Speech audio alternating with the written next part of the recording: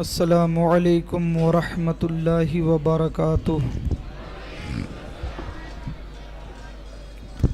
الحمد للہ العلی الاکبر والصلاة والسلام علی سید البشر وعلی آلہ واصحابہ السرج الغرر، اما بعد فاعوذ باللہ من الشیطان الرجیم، بسم اللہ الرحمن الرحیم۔ ان اولیاؤہ الا المتقون، صدق اللہ مولانا العظیم وصدق رسولہ النبی الامین المعین الکریم، ونحن علی ذلک لمن الشاہدین ومن الشاکرین والحمد للہ رب العالمین۔ معزز سامعین کرام، یہ ہماری اور آپ کی سعادت مندی اور خوش نصیبی ہے کہ آج ہم اور آپ اس قادری مسجد مالونی میں بیٹھ کر اللہ اور اس کے رسول کا ذکر کرنے حاضر ہیں، اور آج کی یہ محفل حضور تاج الشریعہ حضرت علامہ مفتی اختر رضا خان ازہری رحمۃ اللہ تعالی علیہ کی یاد میں منعقد کی گئی ہے۔ رب تعالی کی بارگاہ میں دعا ہے، پروردگار عالم اس عالم ربانی کے صدقے میں ہم سب کی حاضری کو قبول فرمائے اور اس محفل پاک کو ہم ذریعہ بنائے۔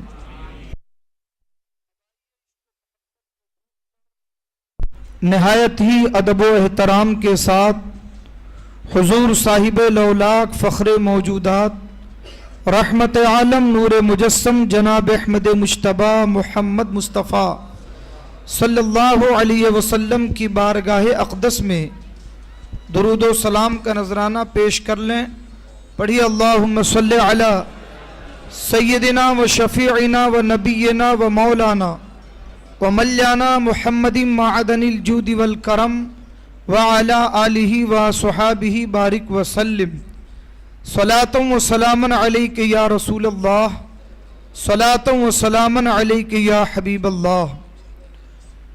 معزز سامعین کرام، حضور تاج الشریعہ حضرت علامہ مفتی اختر رضا خان ازہری رحمۃ اللہ تعالی علیہ بلا شبہ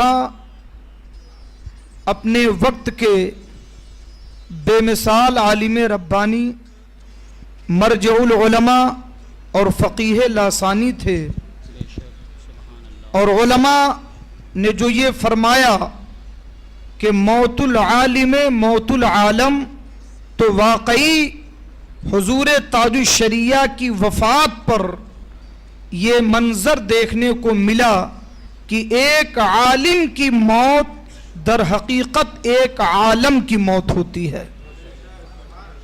ہندوستان سے لے کے پاکستان تک، یورپ سے لے کر ایشیا تک، ساری دنیا میں جہاں کہیں مسلمان بستے ہیں، الحمدللہ وہ منظر نگاہوں کے سامنے آیا، اور حضور تاج الشریعہ کی عظیم محبوبیت اور مقبولیت دیکھنے کو ملی کہ ساری دنیا میں صف ماتم بچھ گیا اور لوگوں نے اپنا تعزیتی پیغام ارسال کیا۔ یہ حضور تاج الشریعہ کی بارگاہ خداوندی میں محبوبیت کی دلیل تھی۔ اللہ تبارک و تعالی آپ کے قبر پر رحمت و نور کی بارش نازل فرمائے، آمین، اور آپ کے درجات کو بلند فرمائے، آمین۔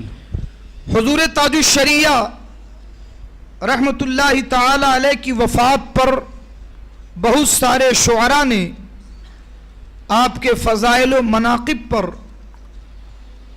اپنے قلم کو جنبش دیا، اشعار لکھے۔ چند اشعار مجھے بہت پسند ہیں اور میں یہ اشعار آپ کی بارگاہ میں پیش کر رہا ہوں، آپ حضرات محبت کے ساتھ سماعت فرمائیں۔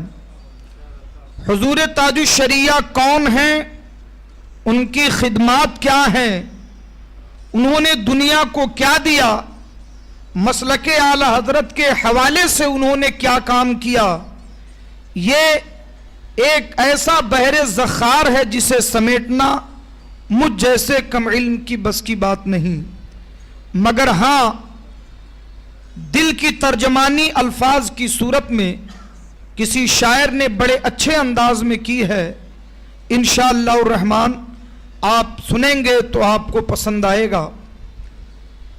بتاؤں کیا تمہیں کیسے میرے شیخ طریقت تھے۔ واہ واہ سبحان اللہ۔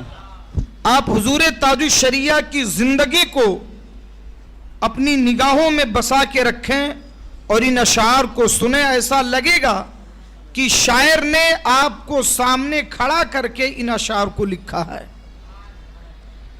بتاؤں کیا تمہیں کیسے میرے شیخ طریقت تھے، منور ان کا چہرہ تھا بڑے ہی خوبصورت۔ آہا سبحان اللہ سبحان اللہ۔ منور ان کا چہرہ تھا بڑے ہی خوبصورت تھے، اور شریعت پر جمے رہنا یہ ان کی خاص عادت تھی۔ شریعت پر جمے رہنا یہ ان کی خاص عادت تھی۔ فقیہ عصر تھے وہ ایک کوہ استقامت تھے۔ سبحان اللہ۔ فقیہ عصر تھے وہ ایک کوہ استقامت تھے، اور نظر آتا نہیں ان کا بدل ہم کو زمانے میں، نظر آتا نہیں ان کا بدل ہم کو زمانے میں، جہاں والوں کی خاطر آفتاب علم و حکمت تھے۔ سبحان اللہ سبحان اللہ۔ جہاں والوں کی خاطر آفتاب علم و حکمت تھے، اور بہت سے لوگ ان کو دیکھ کر ایمان لے آئے۔ یہ بالکل واقعہ ہے، یہ حقیقت، یہ سچائی ہے۔ ابھی میں آپ کو بتاؤں، میں کولہاپور سے جمعے کی صبح آیا تو جو صاحب ہمیں لے کے گئے تھے سید ارشد صاحب، انہوں نے بتایا کہ حضور تاج الشریعہ وہیں کولہاپور سے تھوڑی دور پر ایک جگہ ہے کراڈ، انہوں نے بتایا کہ یہاں حضور تاج الشریعہ تشریف لائے تھے، تو حضرت کا عالم تو یہ تھا کہ جس محفل میں ہوتے وہی نظر آتے۔ سبحان اللہ بے شک۔ علماء کی محفل میں ہوتے تو اکیلے ممتاز ہوتے، فقہاء کی محفل میں ہوتے تو وہی چمکتے، عوام کے درمیان ہوتے تو وہی دمکتے۔ یہ شان تھی تاج الشریعہ کی۔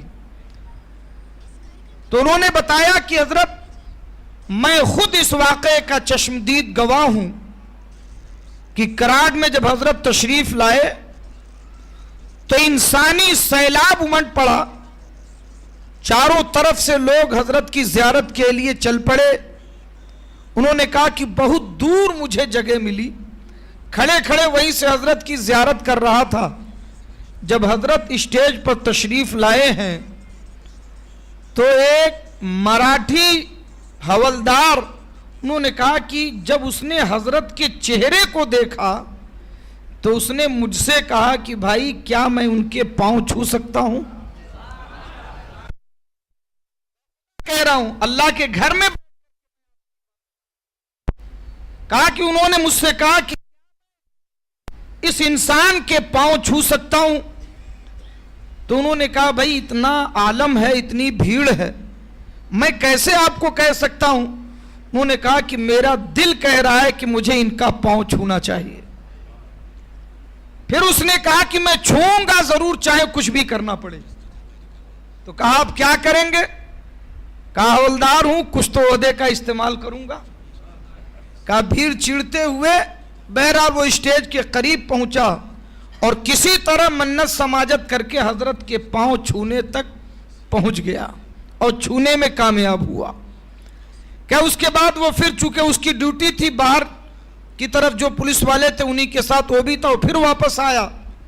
اس کے بعد کہا کہ یہ بتائیے ان کو یہاں بلانے والے کون لوگ ہیں؟ جن لوگوں نے ان کو بلایا ہے وہ کون لوگ ہیں؟ آپ ہمیں ان کا نام، ان کا موبائل نمبر اور ان کا ایڈریس دیجئے، کیونکہ جب یہ یہاں سے اتریں گے تو میرا دل کہہ رہا ہے کہ میں توبہ کر کے ان کے ہاتھ پہ کلمہ پڑھ لوں۔ سبحان اللہ، سبحان اللہ، نعرہ تکبیر، نعرہ رسالت۔ تو یہ شان تھی حضور تاج الشریعہ کی۔ شاعر نے کہا بہت سے لوگ ان کو دیکھ کر ایمان لے آئے، میرے آقائے نعمت ماحی کفر و دلالت تھے۔ میرے آقائے نعمت ماحی کفر و دلالت تھے، اور ولایت کے وہ کس درجے پہ تھے فائز خدا جانے۔ کسی ولی کے درجے کو وہی پہچان سکتا ہے جو درجے میں یا تو اس کے مساوی ہو یا اس سے اعلیٰ ہو۔ اب یہ ہم لوگوں کا کام تو نہیں۔ شاعر نے بڑی خوبصورتی سے اپنی گفتگو کی ہے، کہتا ہے ولایت کے وہ کس درجے پہ تھے فائز خدا جانے، ہم اتنا جانتے ہیں دہر میں تاج شریعت تھے۔ ہم اتنا جانتے ہیں دہر میں تاج شریعت تھے۔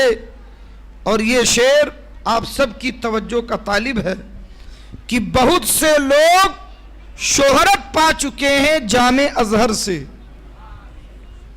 بہت سے لوگ شہرت پا چکے ہیں جامع ازہر سے، ملی خود جامعہ کو جن سے شہرت میرے حضرت تھے۔ سبحان اللہ، بے شک، سبحان ملی اللہ۔ خود جامعہ کو جن سے شہرت میرے حضرت تھے۔ اور خسارہ اہل سنت کا ہوا کتنا یہ مت پوچھو۔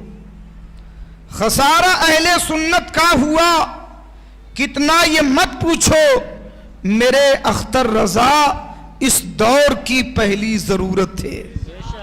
میرے اختر رضا اس دور کی پہلی ضرورت تھے، وہ ہر اہل سنن کی ڈھال تھے اس دور میں بے شک۔ کوئی قادری ہو، نقشبندی ہو، سہروردی ہو، چشتی ہو، رفاعی ہو، ابوالعلائی ہو، کوئی بھی ہو، وہ ہر اہل سنن کی ڈھال تھے اس دور میں بے شک۔ سراپا اہل باطل کے لیے زندہ قیامت تھے۔ سراپا اہل باطل کے لیے زندہ قیامت تھے۔ درود شریف پڑھیں، اللہم صلی علی مولانا محمد بارک وسلم، سیدنا و مولانا و مولانا محمد معدن الجود والکرم وعلى آلہ و صحابہ بارک وسلم۔ صلاة و سلام علیک یا رسول اللہ، صلاة و سلام علیک یا حبیب اللہ۔ معزز سامعین کرام، پروردگار عالم کا یہ قانون ہے کہ دنیا میں جو آیا ہے اسے ایک دن جانا ہے۔ ہزاروں نہیں، لاکھوں نہیں، کروڑوں نہیں، اربوں کی تعداد میں انسان آئے، مگر ایک نہ ایک دن انہیں جانا پڑا۔ یہ خدا کا قانون ہے جو کبھی بدل نہیں سکتا۔ اس نے ارشاد فرمایا کلو نفس ذائقۃ الموت، ہر نفس کو موت کا مزہ چکھنا ہے۔ یہ انسانوں کی بھیڑ میں بڑے بڑے بادشاہ آئے، حاکم حکمراں آئے، بڑے بڑے پہلوان آئے، صاحب سیاست آئے، صاحب ریاضت آئے، صاحب صنعت و حرفت آئے، صاحب تاج شاہی آئے، اعلیٰ نسب کے افراد آئے، بہت سارے لوگ اس دنیا میں آئے۔ ایسے ایسے لوگ جن کے نام کا سکہ چلتا تھا، جن کے ایک اشارے پہ سینکڑوں انسانوں کی گردنیں کاٹ دی جاتی تھیں، جن کی سلطنت کافی وسیع ہوا کرتی تھی، جن کے حکم کے بغیر پرندہ پر نہیں مار سکتا تھا، مگر آج نہ ان کا محل ہے، نہ ان کا راج پاٹ ہے، نہ ان کی سلطنت ہے۔ حد تو یہ ہے کہ ان کی قبروں کا نشان بھی موجود نہیں۔ یہ دنیا فانی ہے، ایک دن سب فنا ہو جائیں گے، مگر اس دنیا کے اندر آنے والے سب آتے ہیں مگر جانے والے دو قسم کے ہوتے ہیں. آنے کے لیے تو سب آتے ہیں، ہر بندہ اپنے ماں کے پیٹ سے پیدا ہوتا ہے، مگر جانے والے دو طریقے کے ہوتے ہیں. ایک تو وہ لوگ جو کب پیدا ہوئے کب مر گئے کسی کو خبر نہیں، کوئی نہیں جانتا. مگر اسی دھرتی پر کچھ ایسے لوگ بھی ہوتے ہیں جب وہ دنیا سے رخصت ہوتے ہیں تو ایسا لگتا ہے کہ وہ اکیلے نہیں، توحید نیٹ ورک زمانہ ان کے ساتھ اسلامک آواز، توحید ایک نیٹ ورک تاریخ ان کے ساتھ رخصت ہو انٹرنیشنل گئی، اسلامک ایک تعلیم ان کے ساتھ رخصت ہو گئی، ایک کردار ان کے ساتھ رخصت ہو گیا، ایک روشنی ان کے ساتھ چلی گئی، ایک تہذیب ان کے ساتھ سمٹ گئی، اور ایسا لگتا ہے کہ وہ دنیا سے کیا رخصت ہوئے، دنیا کی رونق ان کے ساتھ چلی گئی. ایسے بھی لوگ اس دنیا میں ہوتے ہیں، مگر آپ ذرا ان کی زندگی پہ غور کریں گے تو آپ کو پتا چلے گا یہ وہ لوگ ہوتے ہیں بظاہر ان کے پاس کوئی سلطنت نہیں ہوتی، کوئی حکومت نہیں ہوتی، کوئی فوج نہیں ہوتی، پیسوں کی ریل پیل نہیں ہوتی، دولت کی فراوانی نہیں ہوتی، ظاہری ٹھاک بات نہیں ہوتا، وہ کسی دیہات میں، وہ کسی علاقے میں، وہ کسی مسجد میں، کہیں ٹوٹی ہوئی چٹائی پر، کہیں کسی ریگستان میں، کہیں کسی غیر آباد مقام پر چھوٹا سا مکان بنا کر کے، چھوٹی سی کٹیا بنا کر کے، چھوٹے سے مقام پر اللہ کی عبادت کرتے رہتے ہیں، خلق خدا کو تعلیم دیتے رہتے ہیں، رشد و ہدایت کا سامان پیدا کرتے رہتے ہیں، مگر ان کی شان یہ ہوتی ہے کہ دنیا سے رخصت ہونے کے بعد بھی اگرچہ 1000 سال کا زمانہ گزر جائے مگر اجمیر میں وہ زندہ ہوا کرتا ہے، 800 سال سے زیادہ گزر جائے مگر بہرائش میں زندہ ہوا کرتا ہے، 500 سال سے زیادہ گزر گئے مگر کچھوچھا میں زندہ نظر آتا ہے، اور 100 سال سے زیادہ گزر جائے مگر بریلی کی سرزمین پر آج بھی اس کے نام کا سکہ چل رہا ہے. بے شک سبحان اللہ. نعرہ تکبیر، نعرہ رسالت، عشق و محبت، عشق و محبت، فیضان اعلی حضرت. سبحان اللہ سبحان اللہ.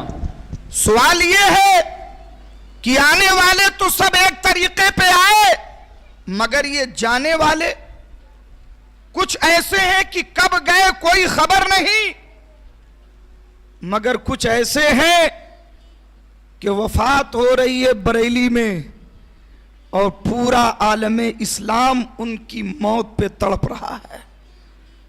دیکھا آپ لوگوں نے اپنی نگاہوں سے، نہ کوئی پوسٹر، نہ کوئی بینر، نہ کوئی دعوت نامہ، نہ کوئی جلسہ. لوگ مہینوں سے پوسٹر نکالتے ہیں، اعلان کرتے ہیں، اخبارات میں دیتے ہیں، سوشل میڈیا پہ چلاتے ہیں، اور اس کے بعد لنگر کا بھی اہتمام، کھانے کا بھی اہتمام، تو کہیں جا کے 10-20 ہزار کا مجمع اکٹھا ہوتا ہے. ارے بولو ہے کہ نہیں؟ بڑی مشکلوں سے کافی دنوں سے تیاری کی جاتی ہے، اہتمام کیا جاتا ہے، مگر یہ کون جانے والا گیا؟ یہ کون جانے والا گیا؟ نہ کوئی پوسٹر، نہ کوئی بینر، نہ کسی نے بلایا، بس ایک خبر ملی کہ تاج الشریعہ کا وصال ہو گیا. بس ایک خبر آئی کہ تاج الشریعہ رخصت ہو گئے. پھر کیا تھا؟ ایسا لگا کہ سارا بھارت بریلی کی طرف دوڑ پڑا ہے. لوگ کہتے ہیں کرامت کیا ہے؟ میں کہتا ہوں استقامت سے بڑھ کر کے کرامت کیا چیز ہے. اور اگر تمہیں کرامت ہی دیکھنی ہے تو غور کرو. تاریخ شاہد ہے، زیادہ دن نہیں ہوئے ہمیں گاؤں جانا ہو، ہم لوگ سفر کرتے ہیں، پروگرام کے لیے جاتے ہیں، 1 مہینہ پہلے سے ٹکٹ نکالتے ہیں، تب کہیں کنفرم ٹکٹ ورنہ ویٹنگ ملتا ہے. مگر اس سے بڑھ کر تاج الشریعہ کی کرامت کیا دیکھو گے کہ پہنچنے والے لاکھوں کی تعداد میں پہنچے، مگر جو جانا چاہا ٹرین سے گیا تو ٹکٹ مل گیا، پلین سے گیا تو ٹکٹ مل گیا.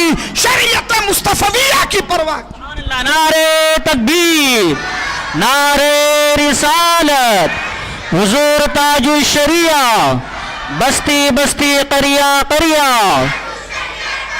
سبحان اللہ سبحان اللہ. اپنوں میں, اپنے لوگوں میں, اپنے ماحول میں, اپنے طریقے پہ رہنا یہ بڑا آسان ہے, مگر آپ ایک اجنبی ماحول میں جائیں, ایک دوسرے ملک میں جائیں, دوسرے ماحول میں, دوسرے لوگوں میں, وہاں بھی آپ اپنی شناخت پر قائم رہیں, یہ بہت بڑی بات ہے. بھائی ہوتا نہیں ہوتا؟ یہاں سے کتنے لوگ باہر جاتے ہیں, وہاں سے بدل کے آتے ہیں, مگر وہ بندہ واقعی صاحب کمال ہے کہ سنیت لے کے یہاں سے گیا اور سنیت کے ساتھ واپس آیا, وہ قابل تعریف ہے. کتنے تو حج کرنے جاتے وہیں تبدیل ہو جاتے ہیں, ایسے بھی واقعات ہیں. مگر حضور تاج الشریعہ کی سب سے بڑی پہچان یہ تھی کہ آپ نے کبھی بھی کسی بھی معاملے میں, چاہے کہیں بھی رہے, شریعت کے حکم پر کسی سے سمجھوتا نہیں کیا, کبھی نہیں کیا. اور اس کا اعتراف اپنوں کو بھی ہے اور غیروں کو بھی ہے. اور اگر آپ غور کریں تو سمجھ میں آئے گا کہ زبان سے کہیں نہ کہیں, دل سے سب مانتے تھے کہ تاج الشریعہ عالم ربانی اور ولی کامل ہے. بے شک. سبحان اللہ سبحان اللہ. اس کی دلیل میں دے سکتا ہوں, اس لیے کہ جو ان سے اختلافات رکھتے تھے, ان کے فتووں سے اختلاف, ان کے فروعی مسائل میں اختلاف, میں نے جنازے میں ان لوگوں کو آگے آگے دیکھا, میں نے جنازے میں انہیں آگے دیکھا. اگر تاج الشریعہ کو حق پر نہیں مانا تو جنازے میں کیوں آئے؟ اگر حق پر مانا نہیں تو آئے کیوں؟ اور جب آئے ہو تو تمہارا دل کہہ رہا ہے کہ غلطی پر ہم تھے, تاج الشریعہ سچائی پر تھے, حق پر تھے. سبحان اللہ. بستی بستی قریہ قریہ.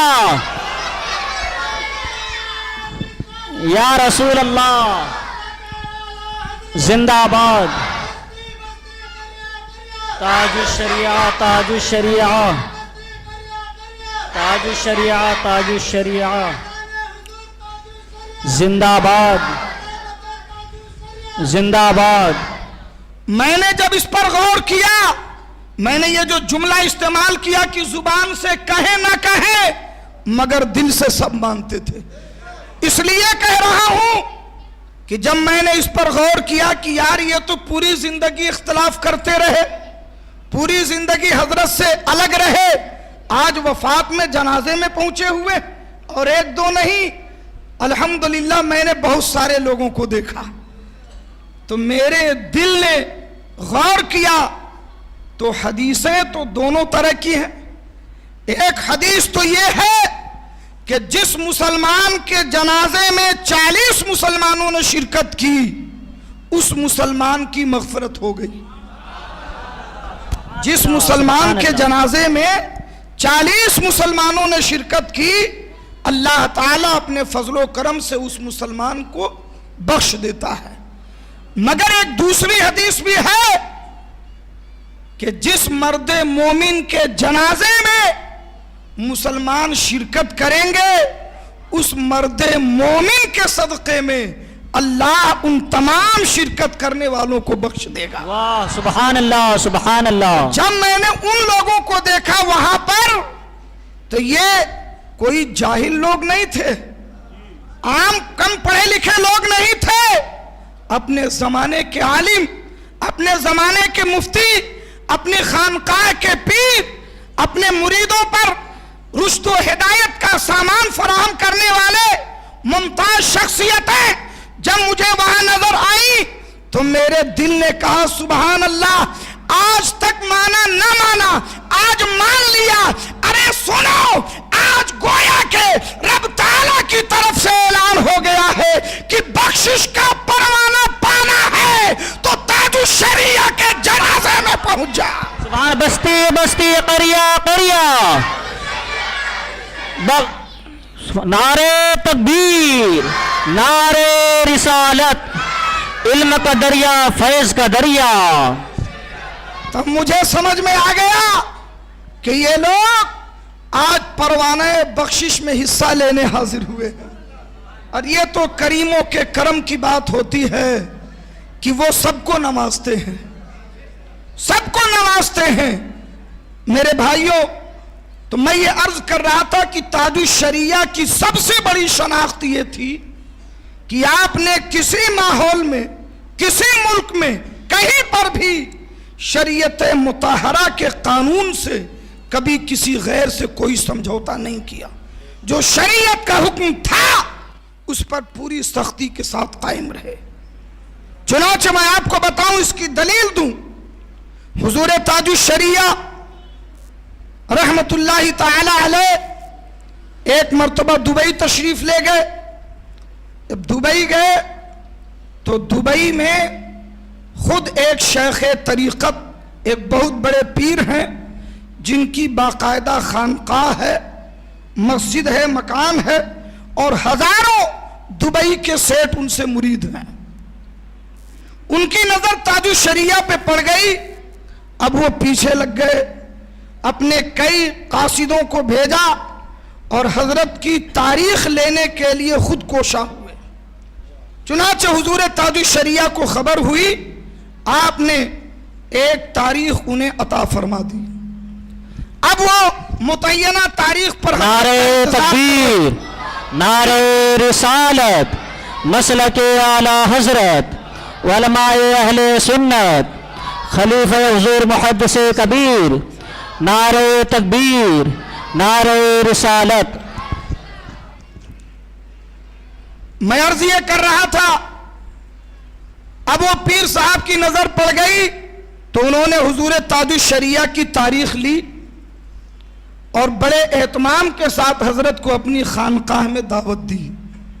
حضرت تشریف لے گئے، بڑے عقیدت سے ملے، مجمع مریدوں کا تھا، مگر حضرت کی شخصیت سے وہ اس قدر مرعوب ہوئے کہ اٹھ کے کھڑے ہوئے، معانقہ کیا، مصافحہ کیا اور حضرت کی دست بوسی کی۔ خود پیر ہیں اور وہ بھی کسی دیہات کے نہیں، دبئی کے پیر ہیں، ہزاروں سیٹ ان کے مرید۔ تو آدمی سوچتا ہے نا کہ ہم کسی دوسرے کا ہاتھ چومیں تو ہمارے یہ مریدین کیا سوچیں گے، مگر انہوں نے یہ سب کچھ نہ سوچا۔ حضرت کے شایان شان ان کا استقبال کیا، بڑی عزت کے ساتھ بٹھایا اور کچھ دیر تک حضرت سے گفتگو کرتے رہے، استفادہ کرتے رہے۔ اسی دوران ظہر کی نماز کا وقت ہو گیا۔ ظہر کی نماز کا وقت ہوا تو انہوں نے کہا کہ حضور، زہے قسمت کہ آپ میری خانقاہ میں تشریف لائے ہیں۔ ہماری مسجد ہے جہاں سینکڑوں لوگ نماز پڑھتے ہیں، میری خواہش ہے کہ اس وقت کی نماز آپ پڑھائیں، آپ نماز پڑھائیں۔ تو حضور تاج الشریعہ رحمت اللہ تعالی علیہ، اب آپ دیکھیں دبئی و تمام عرب ممالک میں نماز مائک پر ہوتی ہے، تو اب یہ نہیں کہ میں ان کی خانقاہ میں ہوں، ان کے سارے مریدین ہیں، ان کا ملک ہے، ان کا ماحول ہے، تو اب اپنی بات پہ تھوڑا سا پیچھے ہٹ جاؤں، خاموشی اختیار کر لوں، نہیں۔ جس چیز کو تاج الشریعہ نے حق سمجھ لیا اس پر پوری سختی کے ساتھ آخری دم تک قائم رہے۔ بے شک، سبحان اللہ، سبحان اللہ۔ تو آپ نے پیر صاحب سے یہ فرمایا برجستہ کہ میں مسلک اعلی حضرت کی روشنی میں نہ تو مائک پر نماز پڑھتا ہوں اور نہ پڑھاتا ہوں، اس لیے میں نماز پڑھانے سے معذرت چاہتا ہوں۔ آپ کی اس مسجد میں اور مائک کی موجودگی میں میں نماز نہیں پڑھا سکتا۔ انہوں نے کہا اچھا تو اتنی سی بات ہے؟ اب آپ ذرا سوچئے، انہوں نے کہا بس اتنی سی بات ہے، تو اپنے کچھ مریدوں کو بلایا، کہا سنو، ہٹاؤ اس مائک کو، ہمیں مائک کی ضرورت نہیں، ہمیں تو اس شیخ کی ضرورت ہے۔ سبحان اللہ، سبحان اللہ، سبحان اللہ۔ کہا نماز یہی پڑھائیں گے، مائک ہٹے گا، حضرت نہیں ہٹیں گے. سبحان اللہ.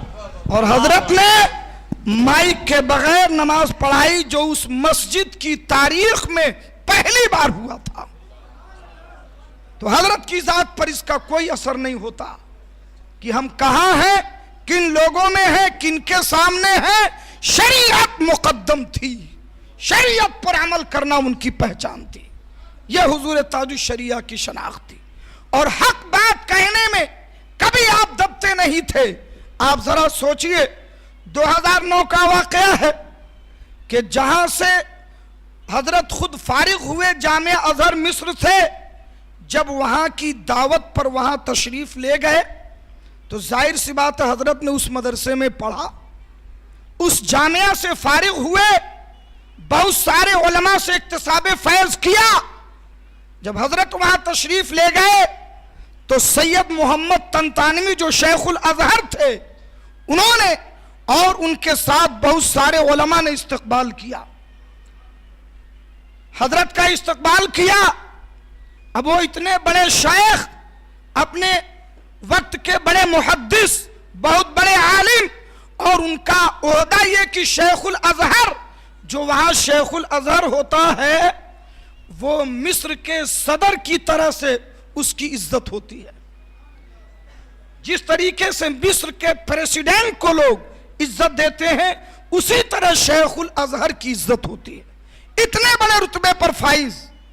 مگر حضرت سے جب 1 گھنٹہ گفتگو ہوئی تو انہوں نے اپنے 2 موقف سے رجوع کیا، اپنے 2 موقف سے رجوع کیا. کیونکہ سید محمد طنطانوی کا موقف یہ تھا کہ اصحابی کالنجوم والی جو حدیث ہے یہ موضوع ہے، یہ حدیث موضوع ہے. اور دوسرا موقف یہ تھا کہ حضرت ابراہیم خلیل اللہ کے والد کا نام وہ آزر مانتے تھے کہ حضرت ابراہیم خلیل اللہ کے والد کا نام آزر ہے، جو ایک بت پرست تھا، مشرک تھا. حضور تاج الشریعہ نے جب انہوں نے یہ دونوں باتیں پیش کی تو اس بات کا خیال نہ کیا کہ یہ شیخ الازہر ہے یا محدث وقت ہے یا کتنے بڑے عالم ہیں. انہوں نے جب اپنی بات پیش کی تو حضور تاج الشریعہ نے اپنا موقف پیش کیا، اور پھر جو اس پر دلائل و براہین کا سیل رواں ان کے سامنے پیش کیا ہے، تو 1 گھنٹے کی گفتگو میں انہوں نے کہا ہم اس بات پر فخر کرتے ہیں کہ ہم آپ کو فخر ازہر ایوارڈ دے رہے ہیں. سبحان اللہ، سبحان اللہ، اللہ اکبر، یا رسول اللہ، زندہ باد. انہوں نے کہا کہ ہم اس بات کو تسلیم کرتے ہیں کہ اصحابی کالنجوم والی جو حدیث ہے یہ علماء کے درمیان مقبولیت کی وجہ سے یہ حدیث ضعیف نہیں رہی. اور اس بات سے بھی رجوع کرتے ہیں کہ آپ نے جو موقف پیش کیا کہ حضرت ابراہیم کے باپ کا نام آزر نہیں تارخ ہے، تو میں اس چیز کو تسلیم کرتا ہوں. واقعی کسی نبی کا باپ کوئی مشرک کبھی نہیں ہو سکتا. تو حضور تاج الشریعہ وہ تھے کہ جن کے علم کا ڈنکا عالم اسلام میں بج رہا تھا، جن سے اکتساب فیض کرنے والے صرف طلبہ نہیں، الحمدللہ اپنے وقت کے بڑے بڑے علماء تھے. چنانچہ آپ غور فرمائیں، ایک اور بات میں آپ کے سامنے عرض کروں، درود شریف پڑھیں. اللہم صلی علی سیدنا و مولانا مولانا محمد معدن الجود والکرم وعلی آلہ وصحابہ بارک وسلم. صلاۃ و سلام علیک یا رسول اللہ، صلاۃ و سلام علیک یا حبیب اللہ. میرے اسلامی بھائیوں، حضور تاج الشریعہ کو جن لوگوں نے بہت قریب سے دیکھا، بہت قریب سے جانا، وہ اچھی طرح اس بات کو جانتے ہیں کہ آپ کا کوئی عمل سنت کے خلاف نہیں تھا. بڑے پابند، یہ ان کی پہچان تھی. اور میں ایک مرتبہ حضرت سے ملاقات کرنے کے لیے یہیں سانتا کروز میں حاضر ہوا. میں نے ایک چیز دیکھی حضرت کی 5 منٹ کی ملاقات میں نے کہا کہ واقعی یہ وہ خصوصیتیں ہیں کہ اللہ تبارک و تعالی نے حضرت کی ذات میں اسے جمع فرمائی ہیں. آپ اس بات سے اچھی طرح واقف ہیں کہ حضرت کی نگاہ بہت کمزور ہو چکی تھی. لکھنا پڑھنا حضرت کے لیے بڑا مشکل تھا. کافی دنوں سے کتابوں کا مطالعہ بند تھا، مگر اعلیٰ حضرت کا فیضان اس قدر تھا کہ آپ اپنی زبان فیض ترجمان سے بول کے فتویٰ املا کراتے، عبارتیں لکھواتے تھے. فلاں کتاب میں یہ عبارت ہے، فلاں کتاب میں یہ عبارت ہے. میں نے خود دیکھا کہ مولانا عاشق صاحب کشمیری مدظ اللہ العالی لکھ رہے ہیں اور حضرت ارشاد فرما رہے ہیں انہی کے الفاظ. اور پھر حضرت کا طریقہ یہ تھا کہ جو لکھواتے اسے پھر سنتے تھے کہ کیا لکھا وہ بتاؤ. آپ ذرا سوچے، پڑھے ہوئے ایک زمانہ گزر گیا، نگاہ کمزور، اتنے اسفار، اس قدر لوگوں کی کثرت کہ اب کون کتاب دیکھے، کہاں کتاب دیکھنے کی فرصت. مگر علم کا استحضار یہ تھا کہ اپنی زبان سے بول کر کے فتوے لکھوایا کرتے تھے، عبارتیں پڑھ کے سنایا کرتے تھے، حوالے بتایا کرتے تھے. تو میرے بھائیوں، میں نے جو خاص چیز دیکھی کہ حضرت لیٹے ہوئے ہیں، اتنے میں ہی کوئی فون آیا اور ایک صاحب نے وہ فون حضرت کی طرف بڑھایا. اب مجھے نام یاد نہیں کہ کس کا فون تھا، مگر حضرت یوں پیر پھیلا کر کے لیٹے ہوئے ہیں اور لیٹے ہی لیٹے جب فون کان پہ لگایا تو بتانے والے نے یہ بتایا کہ حضرت یہ فلاں سید صاحب کا فون ہے، فلاں سید صاحب کا.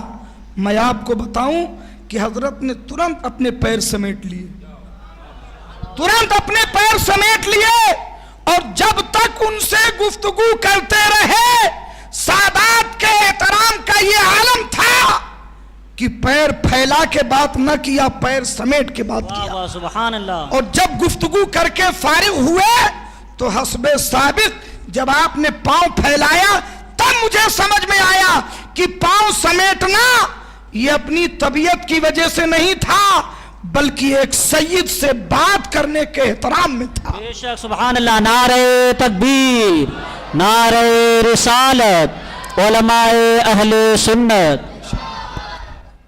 تو یہ حضرت کے اندر جو ان کے آبا و اجداد کی طرف سے سادات کا احترام جو ان کے خون میں رچ بس گیا تھا وہ حضرت کی ذات میں نظر آتا تھا. اور علم کا تو یہ عالم کہ جس کے علم کا اعتراف عالم اسلام کی عظیم یونیورسٹی کرے اور اس شان سے فخر ازہر کا ایوارڈ دے کہ ہم یہ ایوارڈ آپ کو دیتے ہوئے فخر محسوس کر رہے ہیں، اس کے لیے علم کی گہرائی کی اور کون سی سند پیش کی جا سکتی ہے. مگر پھر بھی اب آئیے میں آپ کو بتاؤں، حضرت کی نگاہ فقہ حنفی پر اس قدر گہری تھی، اس قدر گہری تھی کہ کبھی کبھی تو حیرت ہوتا تھا کہ یہ ان کا علم کسبی ہے یا وہبی ہے. میں تو یہی سمجھتا ہوں کہ حضرت کا علم کسبی تو تھا ہی، اس سے کہیں زیادہ وہبی تھا، اللہ نے عطا فرما دیا تھا. اور واقعی حضور تاج الشریعہ اعلیٰ حضرت کے علوم کے سچے وارث تھے.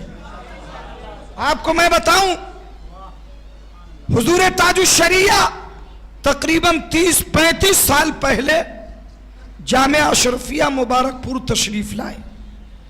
حضرت کا آنا تو کئی بار ہوا، مگر ایک مرتبہ حضور تشریف لائے تو حضرت جب آتے تھے تو پورا جامعہ حضرت کے گرد اس طریقے سے اکٹھا ہو جاتا جیسے چاند کے ارد گرد ہالے اکٹھے ہو جاتے ہیں۔ بڑی شان تھی اللہ نے عطا فرمائی تھی حضور تاج الشریعہ کو، بڑا سے بڑا عالم ہو، مگر میں نے دیکھا کہ وہ حضرت کے سامنے جھکتا ضرور تھا۔ جامع اشرفیہ مبارک پور تشریف لائے تو مغرب کی نماز کے لیے حضرت نے امامت فرمائی۔ اب آپ دیکھیں کس قدر علم کی گہرائی اور جزئیات فقہ پر کس قدر وسیع نظر آپ کی تھی۔ آپ نماز پڑھا رہے ہیں اور نماز میں آپ نے مغرب کی پہلی رکعت میں سورہ فاتحہ پڑھنے کے بعد سورہ والضحیٰ کی تلاوت فرمائی، اور جب سورہ والضحیٰ کی تلاوت کرتے کرتے ختم کیا اور اس آیت پر پہنچے وَأَمَّا بِنِعْمَةِ رَبِّكَ فَحَدِّثْ، تو اسے یوں پڑھا وَأَمَّا بِنِعْمَةِ رَبِّكَ فَحَدِّثِ اللَّهُ اکبر۔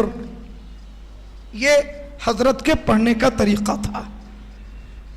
آگے بڑھنے سے پہلے یہاں الحمدللہ علماء اہل سنت مالونی کا ایک خوبصورت قافلہ تشریف فرما ہے، جن کے روشن چہروں کی آپ زیارت کر رہے ہیں۔ یہ سب ائمہ ہیں اور سب اپنی اپنی مسجدوں میں نماز پڑھاتے ہیں۔ آپ حضرات ان کے پیچھے نماز پڑھتے ہیں۔ میں نے تو آج تک کسی اور سے اس طریقے کی قرات نہیں سنی۔ جس کے پیچھے نماز پڑھی یہی سنا وَأَمَّا بِنِعْمَةِ رَبِّكَ فَحَدِّثْ، پھر اللہ اکبر کہہ کے تب رکوع میں جاتے۔ عام طور پر یہی ہوتا ہے اور ایسا ہی سنا گیا، مگر جب حضرت نے قرات کو تکبیر کے ساتھ وصل کیا تو ایک حیرت ہوئی، تعجب ہوا کہ یہ حضرت نے کیا ہے اور آپ نے قرات کا وصل کیا تکبیر سے، پھر رکوع میں تشریف لے گئے، پھر رکوع میں حاضر ہوئے۔ تو یہ چیز نماز ختم ہونے کے بعد ایک خلجان کی طرح لوگوں کے ذہن میں رہی۔ طلباء بھی متاثر ہوئے، بعض علماء بھی متاثر تھے، مگر آپ دیکھیں کہ شریعت پر جمے رہنا حضور تاج الشریعہ کی ایسی پہچان تھی کہ یہ تو تھا کہ لوگوں کو یہ معلوم تھا کہ حضرت نے جو کیا ہے یہی صحیح ہے۔ اس پر یقین تھا کہ جو حضرت نے کیا صحیح ہے، شاید ہماری نظر وہاں تک نہیں پہنچی۔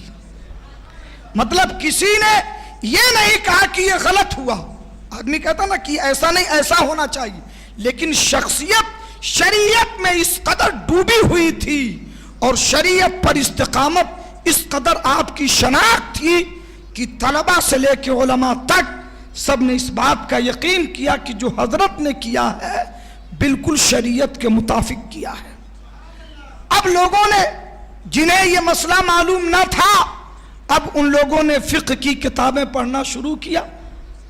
رد المحتار علامہ شامی کی کھولی گئی، فتاوی رضویہ دیکھا گیا، بہار شریعت اٹھا لی گئی، تینوں کتابوں میں یہ مسئلہ آ گیا۔ مسئلہ سامنے آ گیا کہ اگر امام قرات کر رہا ہو اور جس سورے کی وہ تلاوت کر رہا ہو اس سورے کے آخری الفاظ اگر اللہ تعالیٰ کے مدح و ثنا پر مشتمل ہوں تو افضل یہ ہے کہ قرات کا وصل کرے تکبیر کے ساتھ۔ افضل یہ ہے کہ قرات کا وصل کرے تکبیر کے ساتھ۔ اب آپ اس آیت کریم کو سنیں، وَأَمَّا بِنِعْمَةِ رَبِّكَ فَحَدِّثْ، اور اپنے رب کی نعمت کو بیان کرو، تو اس میں رب کی ثنا ہے، رب کی تعریف ہے۔ اس لیے حضور تاج الشریعہ نے اسے یوں پڑھا وَأَمَّا بِنِعْمَةِ رَبِّكَ فَحَدِّثِ اللَّهُ اکبر۔ ٹھیک ہے، ہاں اگر سورہ کے اخیر میں ایسے الفاظ ہوں جن کا اس میں جلالت یعنی لفظ اللہ کے ساتھ ملانا مناسب نہیں تو وہاں پہ فصل بہتر ہے۔ جیسے ان شانیک هو الابتر، یہ ابتر کا جو لفظ ہے اس کا اس میں جلالت کے ساتھ ملانا مناسب نہیں ہے، اس لیے یہاں پر اس طرح قرات کی جائے گی ان شانیک هو الابتر اللہ اکبر۔ سمجھ میں آئی بات آپ کو؟ تو آپ ذرا دیکھیں کہ بظاہر یہ کوئی بہت بڑی بات نہیں ہے، مگر حضور تاج الشریعہ کی نظر وہاں تک پہنچتی ہے جہاں عام لوگوں کی نظر نہیں پہنچتی۔ یہ ان کی فقاہت تھی، یہ ان کی جلالت علمی تھی، اور یہی وجہ ہے کہ علماء اتنی کثرت کے ساتھ آپ کے مرید تھے اور ہیں کہ اگر میں یہ کہوں تو غلط نہیں ہوگا کہ کچھ پیروں کے سارے مرید مل کر اتنی تعداد پوری نہیں کر سکتے جتنے حضرت کے صرف علماء مرید تھے۔ بے شک، سبحان اللہ سبحان اللہ۔ جتنے حضرت کے صرف علماء مرید تھے، کچھ پیروں کے سارے مرید مل کر اس تعداد کو پورا نہیں کر سکتے۔ حضور تاج الشریعہ کا جلوہ اللہ نے ہر جگہ دکھایا، اسٹیج پر ہو، بس اسٹاپ پر ہو، ریلوے اسٹیشن پر ہو، یا پھر ایئرپورٹ پر ہو، جہاں پبلک دیکھ لیتی بس دیوانہ وار دوڑ پڑتی۔ یہاں تک کہ آپ ذرا غور فرمائیں، حضور تاج الشریعہ کئی مرتبہ مدینہ طیبہ حاضر ہوئے۔ اب آپ ایک بات اور یاد آئی، اسے بھی سماعت کر لیں اور اسی پہ اپنی گفتگو کو میں ختم کروں گا۔ درود شریف پڑھنے، اللہم صلی علی سیدنا و مولانا و مولانا محمد معدن الجود والکرم وعلی آلہ و صحابہ بارک وسلم، صلاۃ و سلام علیک یا رسول اللہ۔ علوم اسلامیہ پر اتنی گہری نظر تھی کہ آج میں اس بات کو کہتے ہوئے بالکل حق بجانب ہوں اپنے مطالعے میں، اپنی محدود نظر میں، کہ آج علماء کی ایک جماعت علمی اعتبار سے یتیم ہو گئی۔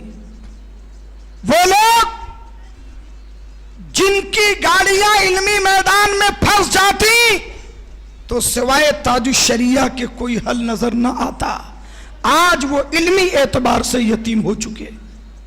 میں اس میں حق بجانب ہوں اور اس کے دلائل و شواہد موجود ہیں۔ میں نے خود دیکھا، میرا بچپنا تھا، یہ حضرت مولانا محمد احمد صاحب قبلہ گواہ ہیں اس بات کے کہ جب مجلس شرعی جامعہ اشرفیہ میں منعقد ہوتی اور حضور تشریف لاتے، سارے مفتیان کرام فیصلہ کر چکے ہوتے، مگر اس وقت تک وہ فیصلہ رجسٹر میں نہیں لکھا جاتا جب تک تاج الشریعہ اسے تسلیم نہیں کر لیتے اور سگنیچر کر کے اس کے لیے اپنی رضامندگی کا ثبوت نہیں دے دیتے، اس وقت تک لوگ مکمل مطمئن نہیں ہوتے۔ نعرہ تکبیر، نعرہ رسالت۔ تو حضور تاج الشریعہ مدینہ طیبہ حاضر ہوئے، اتفاق سے ربیع الاول شریف کا موقع تھا، وہاں پہ تمام ممالک اسلامیہ اور یورپ اور دیگر ممالک کے علماء فقہا حاضر تھے۔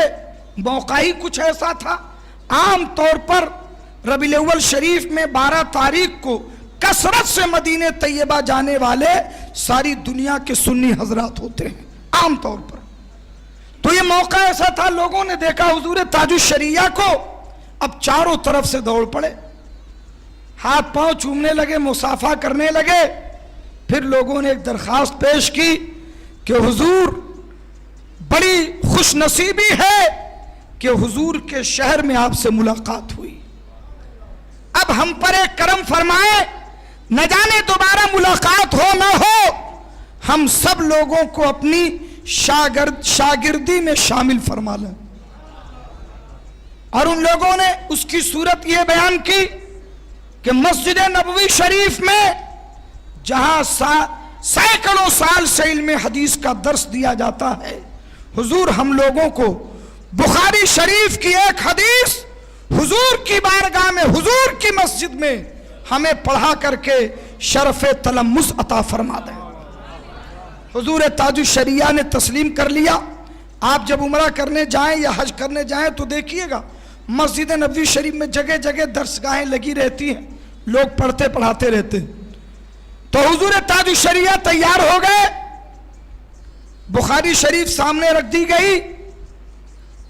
طلباء کو پڑھانا، اپنے مدرسے کے بچوں کو پڑھانا یہ بہت آسان بات ہے، مگر مختلف ممالک کے علماء فقہا کو پڑھانا یہ صرف تاج الشریعہ جیسی شخصیت کا بے کام ہے۔ شک بے شک، سبحان اللہ سبحان اللہ۔ حضور تاج الشریعہ مسند تدریس پہ بیٹھے ہیں اور سامنے علماء فقہا کی جماعت، بخاری شریف کھول دی گئی تو لوگوں نے کہا حضور کیا ہی بہتر ہو کہ حضور کی میلاد کا موقع ہے، میلاد شریف پر ہی کوئی حدیث پڑھا دیں۔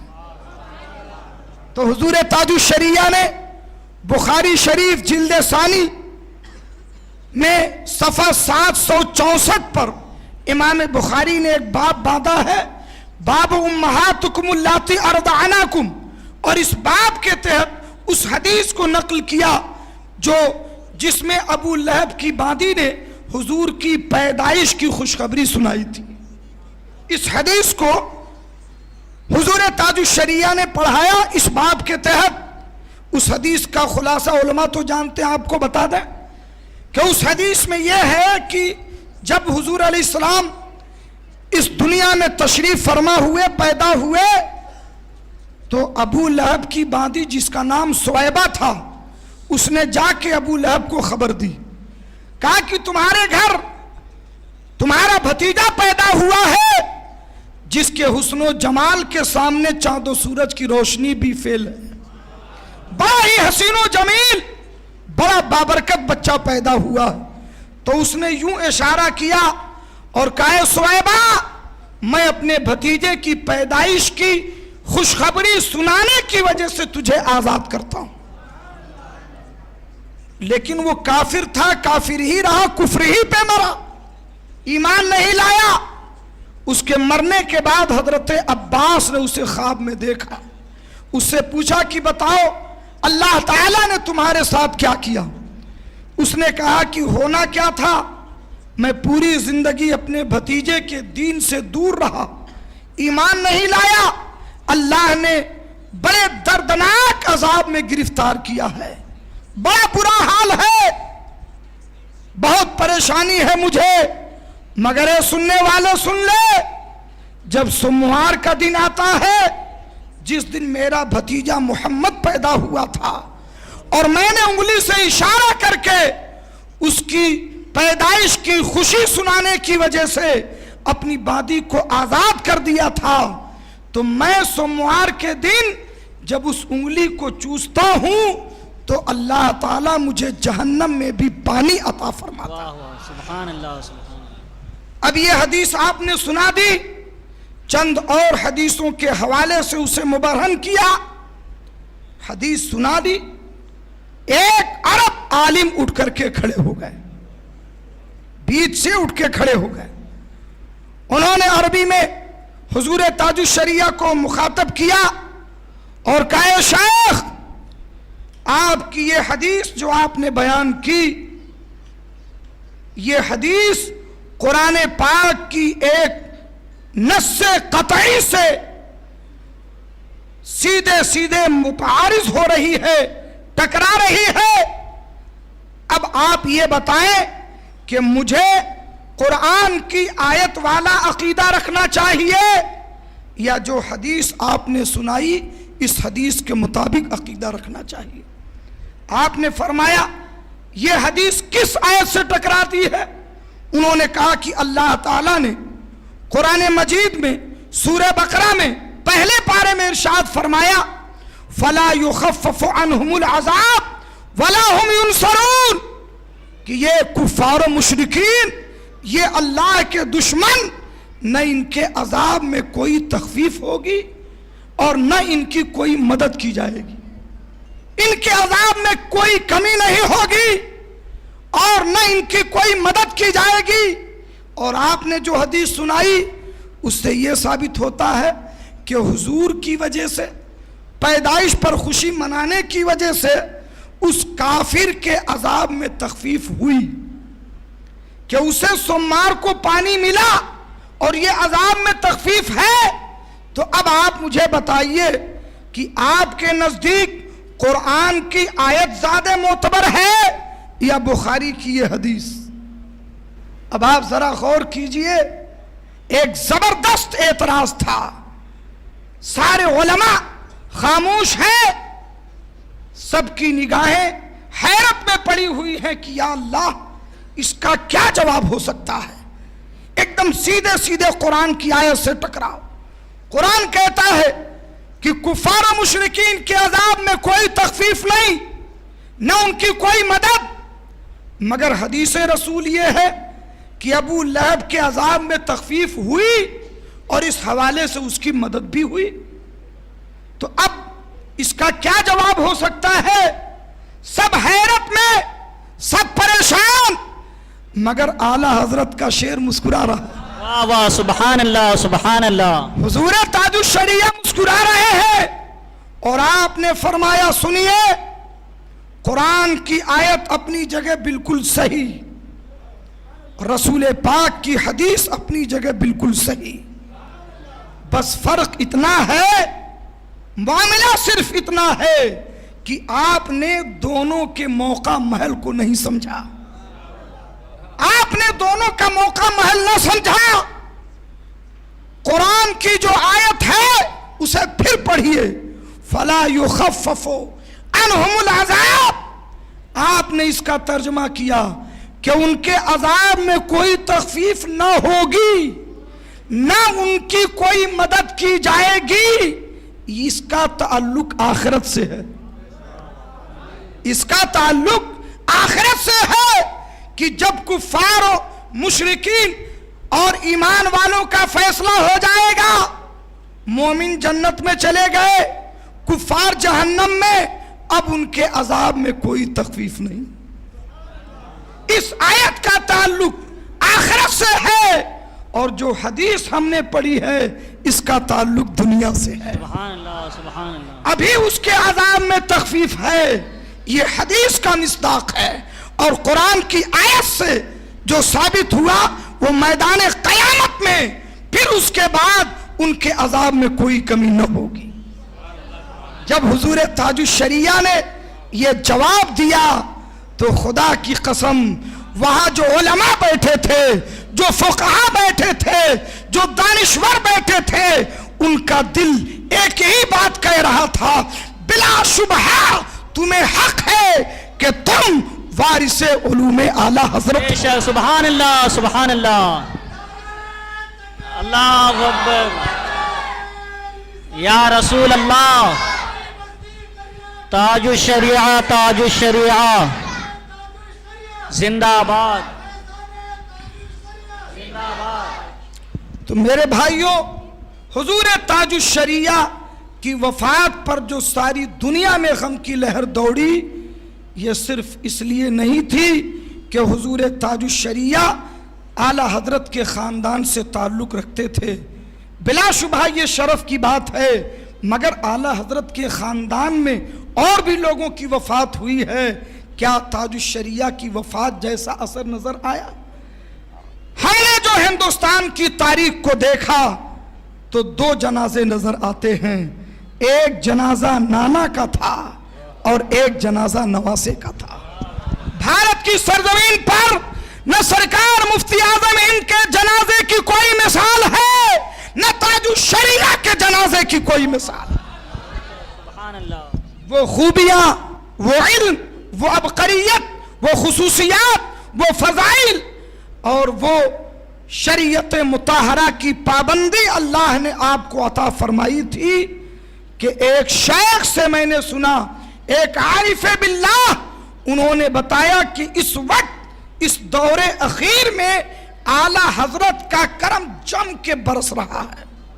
انہوں نے کہا کہ تاج الشریعہ پر اس وقت اعلیٰ حضرت کا کرم جھوم کے برس رہا ہے، بالکل نوازتے جا رہے ہیں حضور تاج الشریعہ کو، اور یہی وجہ ہے کہ الحمدللہ رشد و ہدایت کا میدان ہو، تعلیم و تعلم کا میدان ہو، قلم کاری کا میدان ہو، خطابت کا میدان ہو، تقوی طہارت کا میدان ہو، آپ جس زاویے سے دیکھیں گے تاج الشریعہ نظر آئے۔ بے شک سبحان اللہ سبحان اللہ۔ پروردگار عالم ان کی قبر انور پہ رحمت و نور کی بارش نازل فرمائے، ان کے درجات کو بلند فرمائے، اور ان کی غلامی میں ہمیں زندگی عطا فرمائے، ان کی غلامی میں موت عطا فرمائے۔ اخیر میں ایک بات کہہ دینا چاہتا ہوں، اب یہ آپ کے امتحان کی گھڑی ہے، اب یہ صحیح وقت ہے کھرے اور کھوٹے کے پہچاننے کا۔ اس لیے جو لوگ حضور تاج الشریعہ کے موقف کو صحیح سمجھتے ہیں، عمل کرتے ہیں، اب پوری سختی کے ساتھ اس پر قائم ہو جائیں اور دنیا کو یہ بتا دیں کہ ہم وہ نہیں جو ہوا کے جھونکوں کے دوش پر اڑ جائیں، ہم تو وہ ہیں کہ تاج الشریعہ نے اس قدر ہمیں مستحکم بنا دیا کہ ہوا نہیں، آندھیاں چل کے آئے تو ٹکرا کے اپنا راستہ خود ہی الگ کر لیں گی، مگر ہمیں اپنی جگہ سے ہلا نہیں سکیں گے۔ اس لیے یہ آپ کے امتحان اور آزمائش کی گھڑی ہے، پوری سختی کے ساتھ حضور تاج الشریعہ کے موقف پہ قائم رہے، اور الحمدللہ یہ حضرت سیدنا امام علی مقام سرکار امام حسین رضی اللہ تعالیٰ عنہ کا صدقہ آپ کو ملا تھا کہ پوری زندگی کے فتاوے اٹھا کر کے دیکھو، آپ نے رخصت پہ فتویٰ نہیں دیا، ہمیشہ عزیمت پہ فتویٰ دیا، عزیمت پہ قائم رہے اور وہی فتویٰ بھی دیا، ورنہ تو آج رخصت کی ہوا چل رہی ہے۔ اللہ تبارک و تعالی ہمیں اور آپ کو حضرت کے فیضان سے مالا مال فرمائے۔ یہ چند باتیں تھیں جو موقع کی مناسبت سے میں نے عرض کی ہیں۔ اللہ تبارک و تعالی میرے خطاب کی غلطیوں کو دور فرمائے۔ استغفر اللہ ربی من کل ذنب و اتوب الیہ۔ السلام علیکم ورحمۃ اللہ۔